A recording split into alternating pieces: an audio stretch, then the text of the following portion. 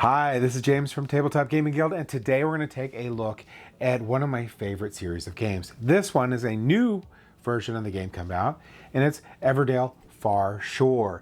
Everdell Farshore is designed by James and Clarissa A. Wilson, and it is a 1 to 4 player game published by Starling Games. In this game, it's going to be played in the Everdell universe.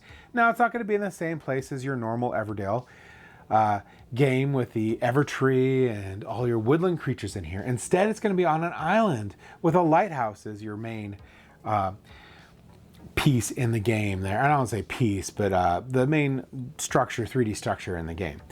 And you're going to have like a marine-like feel to the game. You're going to have your crabs, you're going to have some beavers in there, everything that could be potentially on an island. You're going to have island-themed resources and island-themed cards. In this game, it's going to be somewhat similar to Everdell, but there'll be some differences also. Let's go ahead down the table. I'm going to show you how to play and all the different things in the game. And then we're going to come back and I'm going to talk about the game, what I feel about it, what's different from Everdell, the base game, and all that stuff. So let's go ahead down the table and take a look.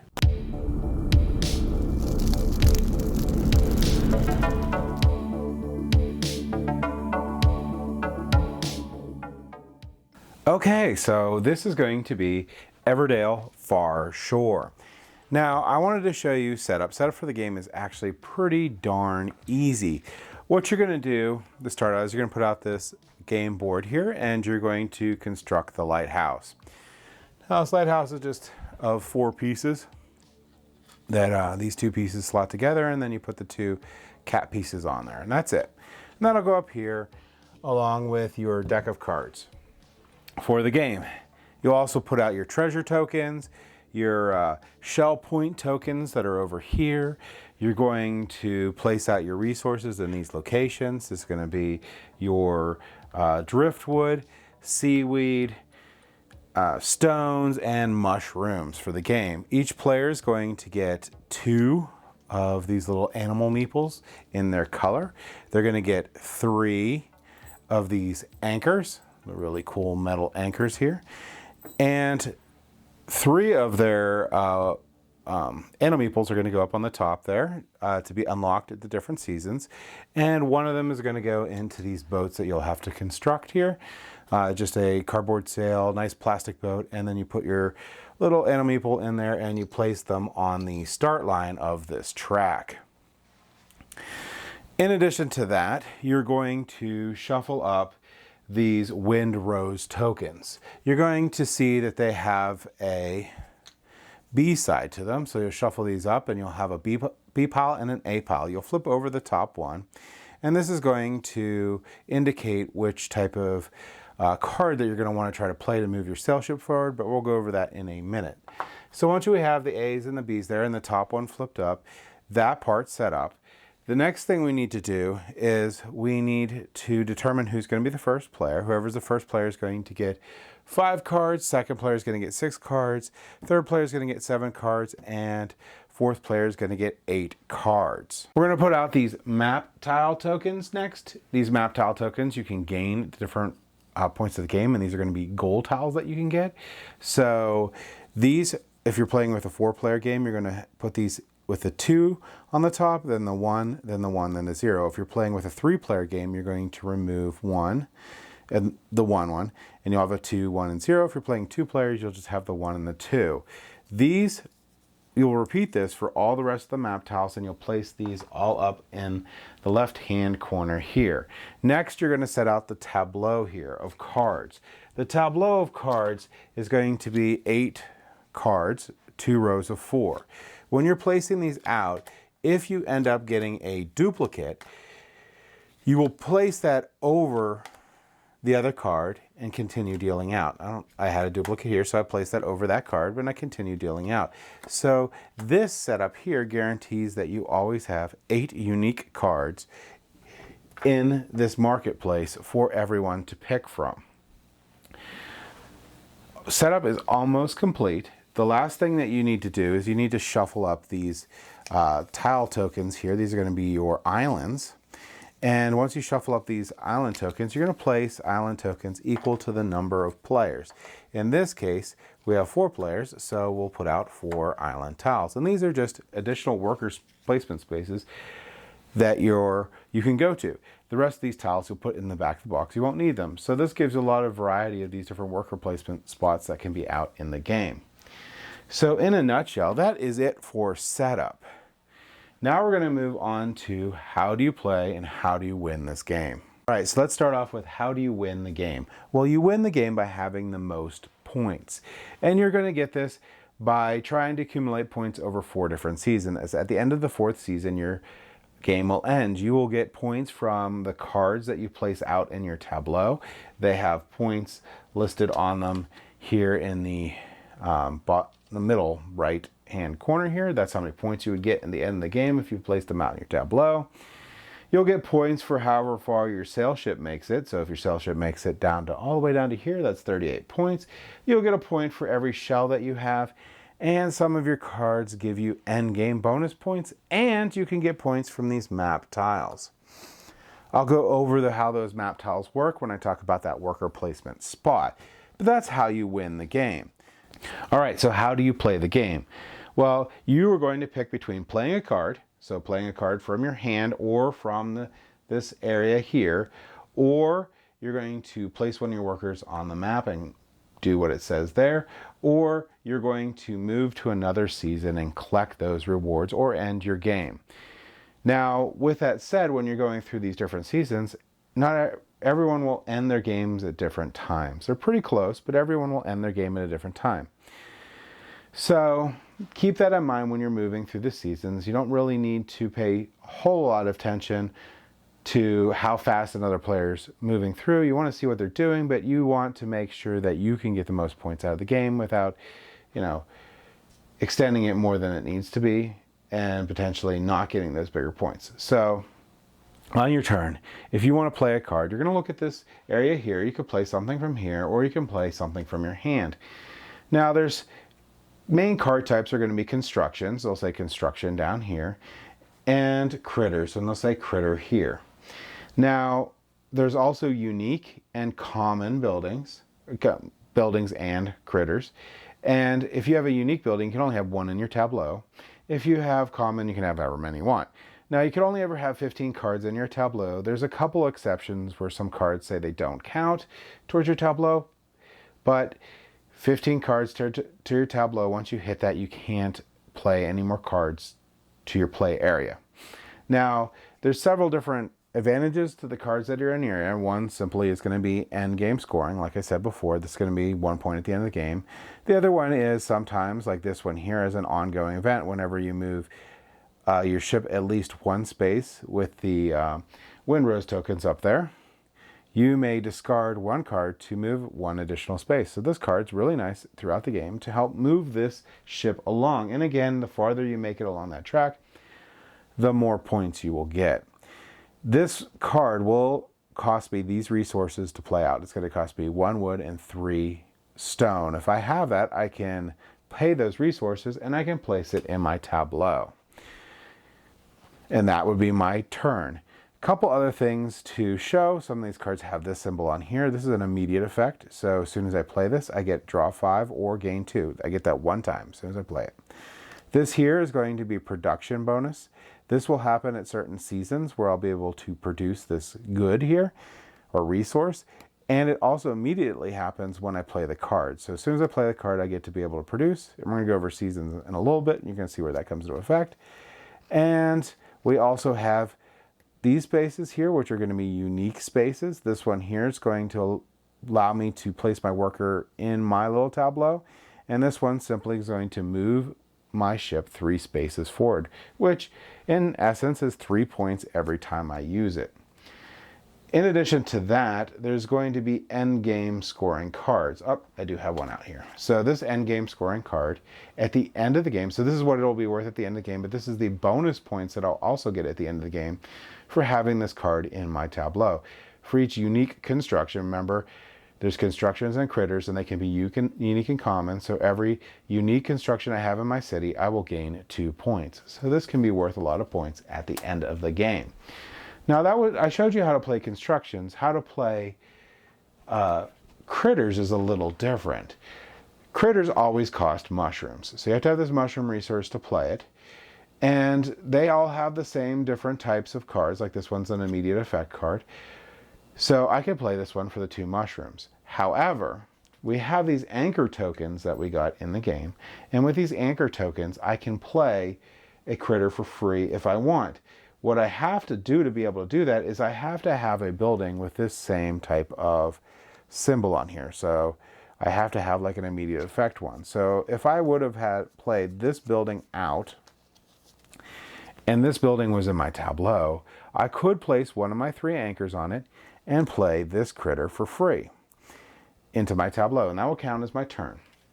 Now you only ever have 3 anchors. You'll never get them back. If you remove the card that the anchor's on, the anchor's still used. So you only get to do this 3 times in the game. So you get to play 3 critters for free in the game. You probably don't want to waste it on this critter, but if you need to, you need to. And that option's available.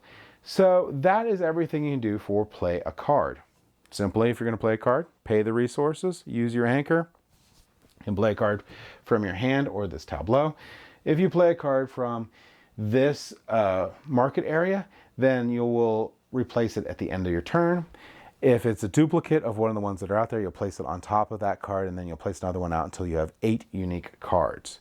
So that is play a card. Couple side notes about your hand. You can't have over 8 cards. If you're supposed to draw a card and you have 8 cards, you just don't draw the card. If you need to give a card to an opponent, you need to give a card to an opponent who can take it first. If no one can take a card, everyone has 8 cards in their hand, you don't have to worry. You just discard the card instead. So hard 8 card limit on there. Now, worker placement. You can place a worker on the board. You start with 2 workers. You'll gain more throughout the game through the seasons. You'll gain 1 each season. We'll go over that when we do your last option for your turn. If you go to one of these islands, you'll simply just collect what it says on here. Like this, you'll get a driftwood, you'll get a seaweed, and a mushroom.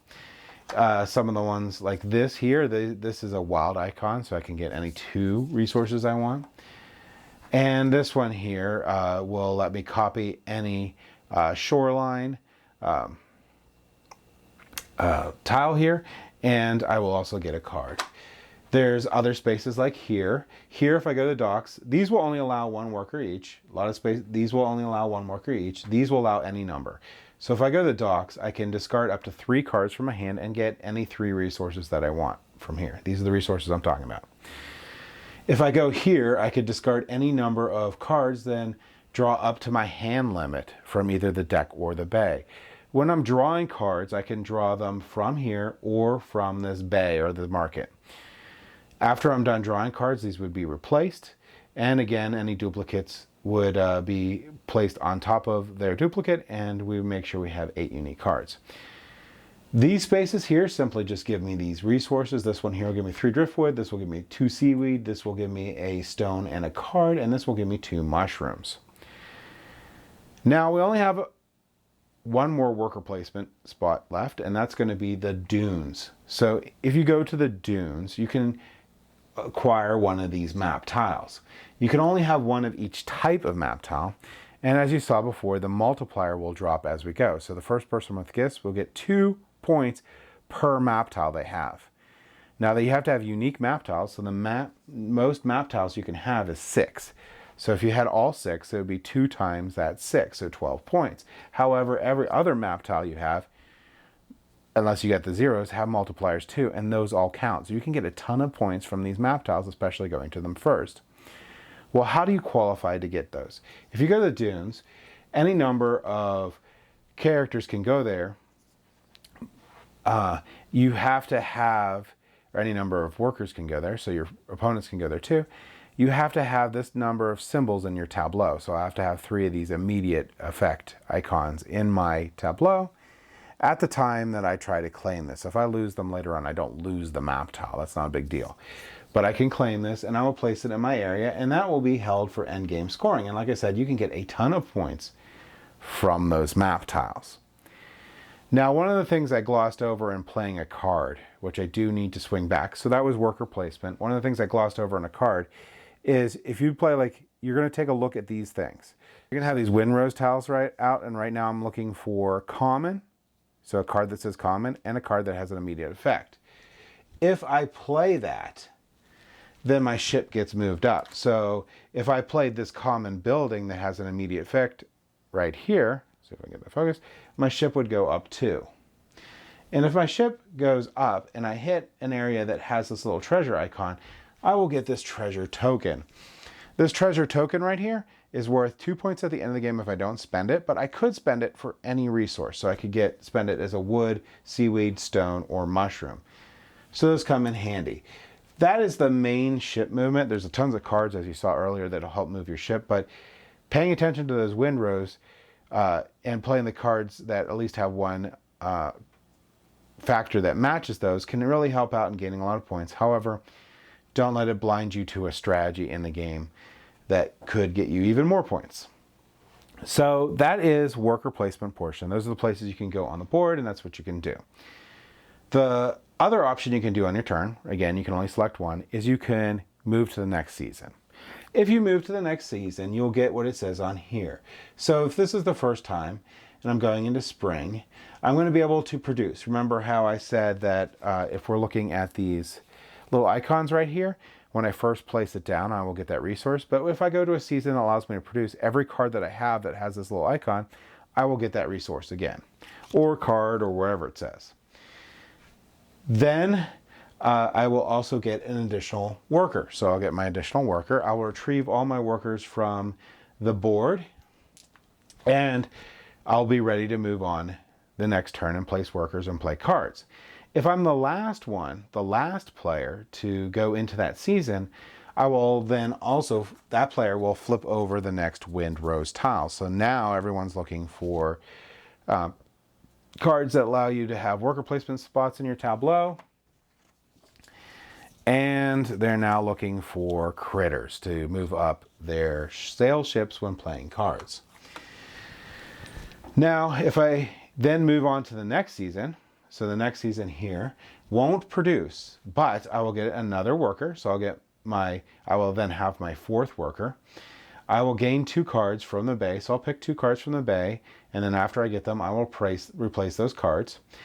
That's it. If I'm the last player, I will again flip over those 2 Windrose tiles, but then I also get to pick 2 of these island tiles and sink them. So I don't want people using this or this, and they're gone for the rest of the game. That's the summer season. Now,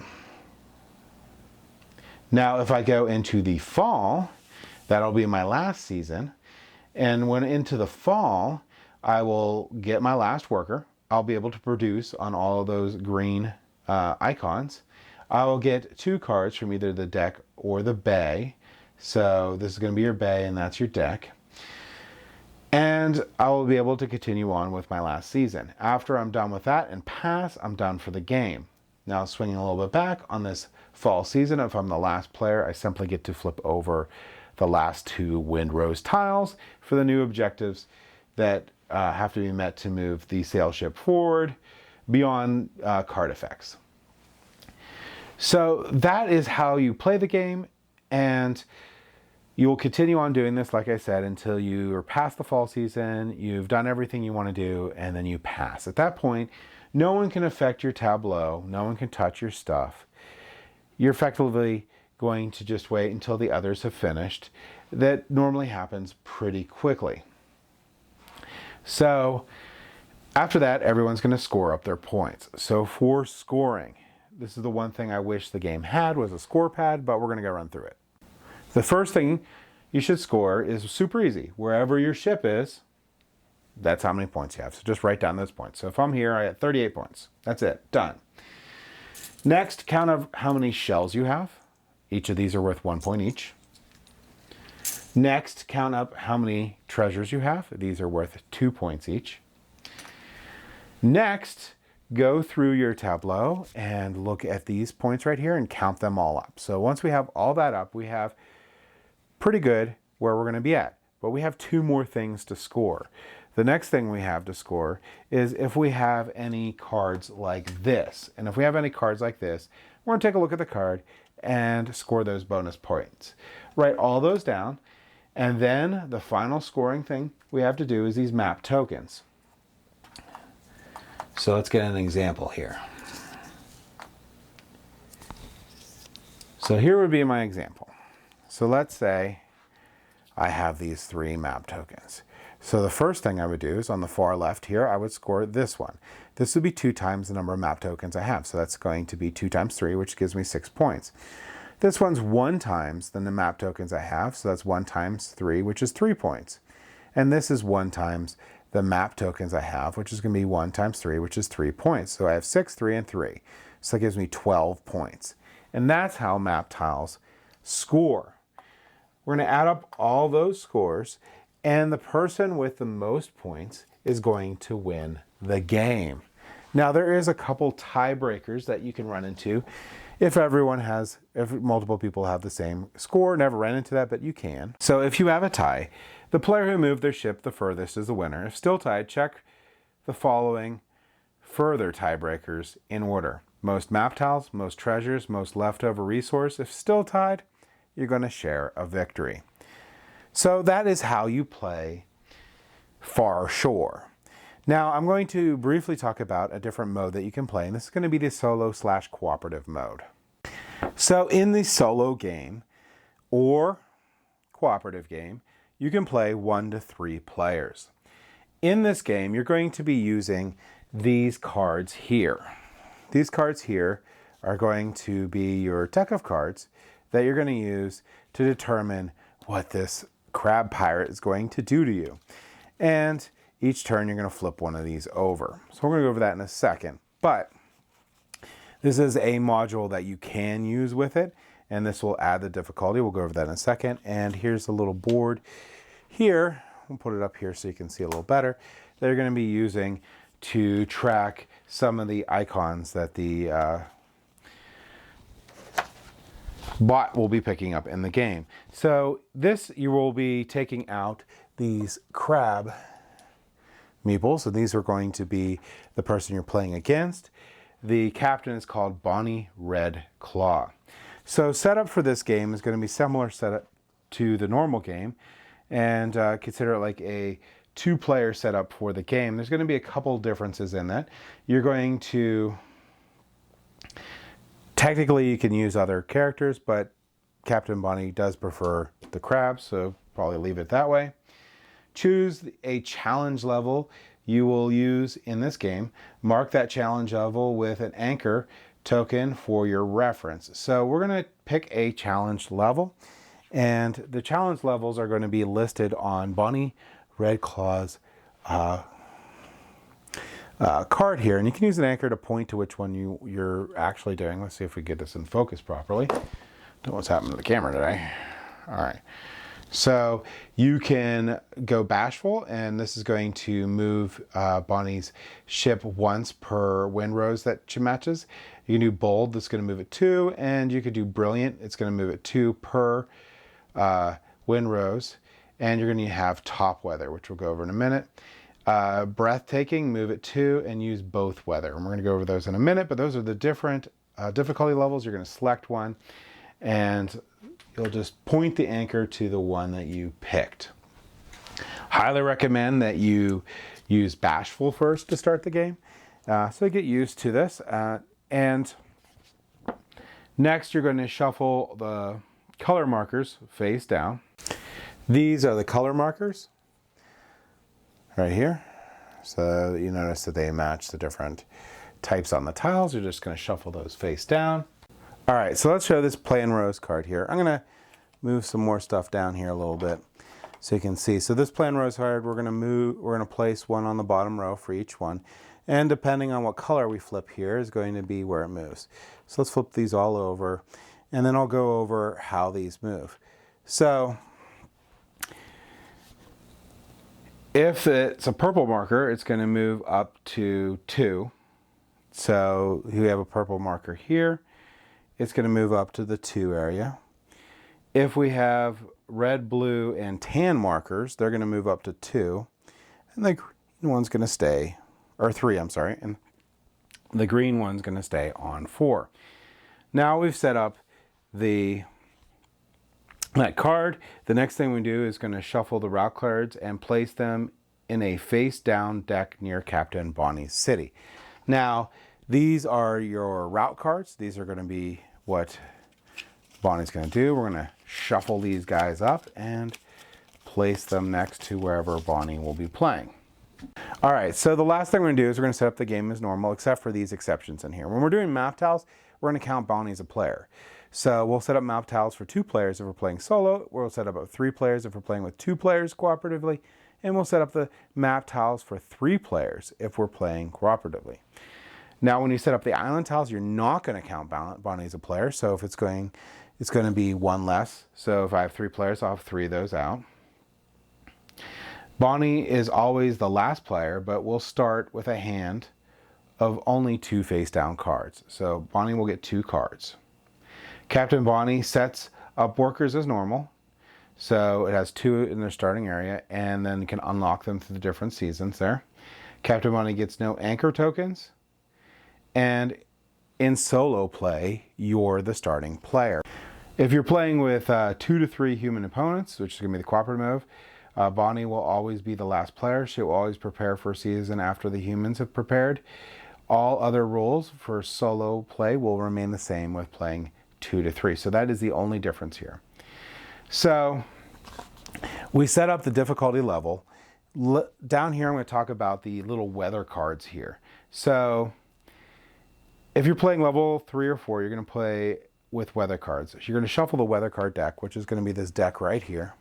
All right, so for these weather cards, you're just going to shuffle this up. You're going to leave 4. You'll flip the first one over. And every time we switch seasons, a new one is going to flip over when the wind rose flips. So the last player to go into a season is going to flip over the new one. These effects will affect everyone except for Bonnie. Bonnie doesn't care about them. So that's it. So Bonnie doesn't care about text on cards. Bonnie doesn't care about paying resources for stuff. She earns points for moving her ship normally, but like I said, she doesn't care about resources. She will take the treasure cards though, because she does like those. She has no hand limit. And on her turn, in the first 3 seasons, if she has any workers available, Captain Bonnie will reveal the top route card from the deck and place it on one of her workers on the top location on that card. If that location already has indicated, you're going to keep going down until you can finally do it. So, for example, we'll flip this over, and if this location right here, which points to here, is open, she'll place one of the workers here, and it'll block it. If not, she'll go here, and that location's here. And if not, she'll go to the docks, which is always open. So there's something down on the bottom that's always open. And this one here will move her sail ship twice. So that's probably something you don't want to have happen. When the deck runs out, you're going to reshuffle it, and that's going to continue having her routes throughout the game. One thing to state is when she actually goes to the lookout here, what she's going to do a little different there, she's going to draw 1 purple card from the bay into her face down hand if available, and discard all cards of the indicated from the bay. So if she could get this card, she's going to discard all the other cards, and then she's going to go up on her little track here and then refill the bay. She'll also gain 1 treasure for doing that. So she can do preparing the plan, and that's going to be playing cards. If Captain Bonnie has no more workers to place on her turn in the first 3 seasons, she will play a card instead. Each time Captain Bonnie plays a card in her first 2 seasons, winter and spring, move the color marker matching the card color up 1 space on the plan card. If she plays a card matching a marker in the 1 space, move the marker on the above the plan card, and that means she's completed that plan. So if she plays a green one, another green one, and that goes up, she has done that and she's completed that plan, and she's good. After that, the marker's not going to move. If her plan card matches a wind rose tile in any season, move her ship according to the challenge level that you selected. She doesn't pay for resources. She's literally just playing her cards into her tableau. She doesn't have a limit on her tableau either. Now, it's important to note that Captain Bonnie will keep playing until everyone moves to another season. So as of there's still a player that hasn't moved to another season, she's going to keep going. Well, she ran out of workers. What she's going to do? She's going to play cards. Now, for the each time Bonnie plays a card in the first 2 seasons, winter and spring, she's going to move the color marker matching the card's color up 1 space on the plan marker. And she's trying to finish these off. So every time this goes up, if it goes all the way to the top, it'll be left up here. It stays up there permanently. That means she's finished that plan. She's going to first try to play cards from her hand. If she has cards in her hand, she will play those first, shuffle the cards in her hand, and then play 1 card into her city. She doesn't care about cost or abilities. That'll just be a card. So shuffle this up, flip this over. She now has a 1 point at the end of the game. If it matches any things on the wind rose tile, she'll move her ship forward, just like another player.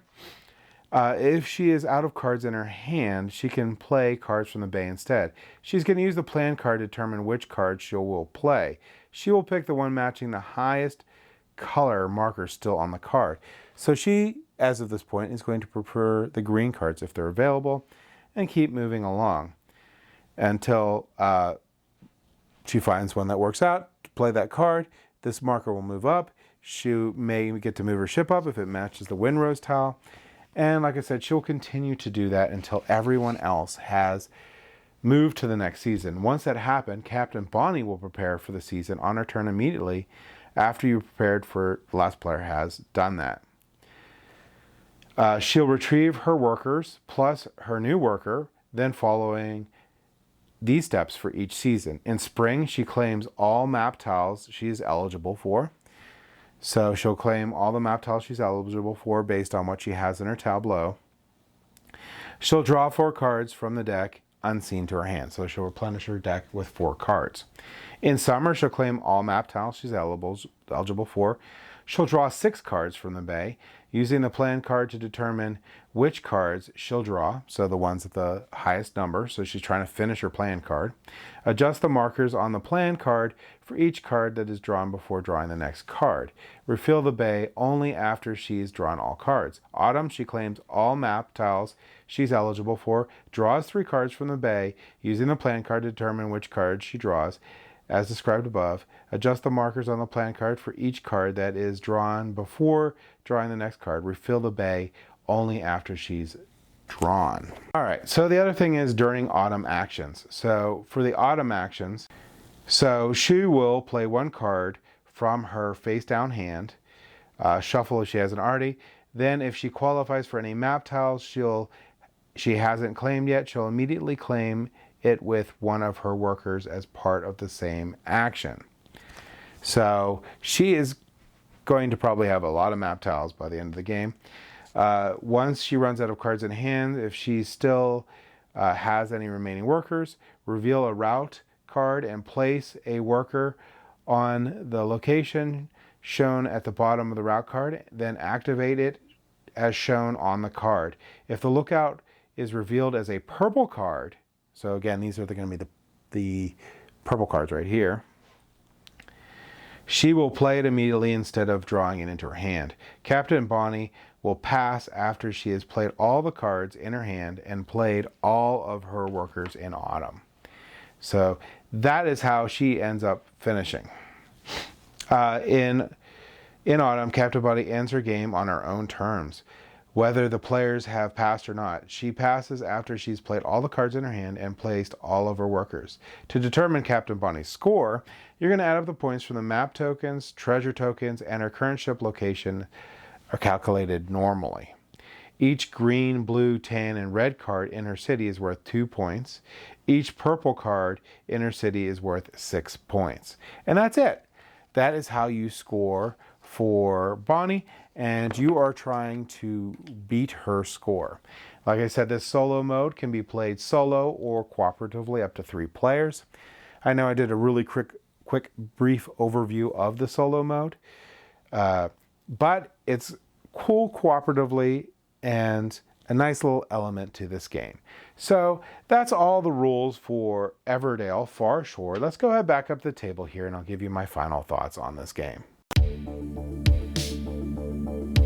Okay, so Everdell Farshore. I really like the Everdell series. I like the original games and I like Farshore.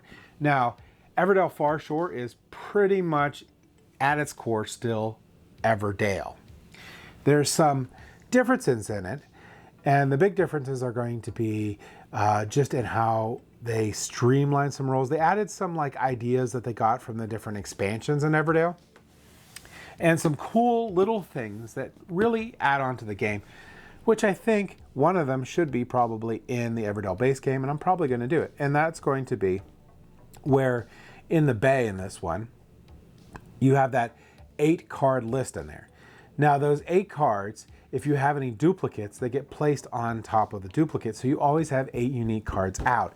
That is really nice. And I think I'm going to do that as like a house rule for the base Everdell game. That is a really good,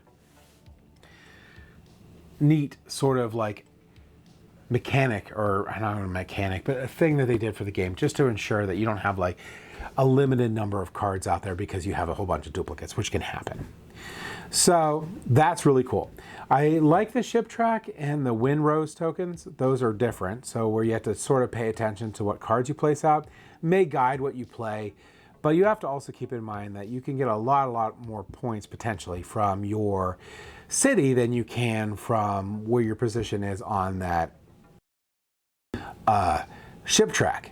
But you also want to keep in mind that you might want to get some treasure tokens because those are wild resources plus points. So there's a lot of things to balance out between that, and I thought that was a really cool dynamic that they added to the game.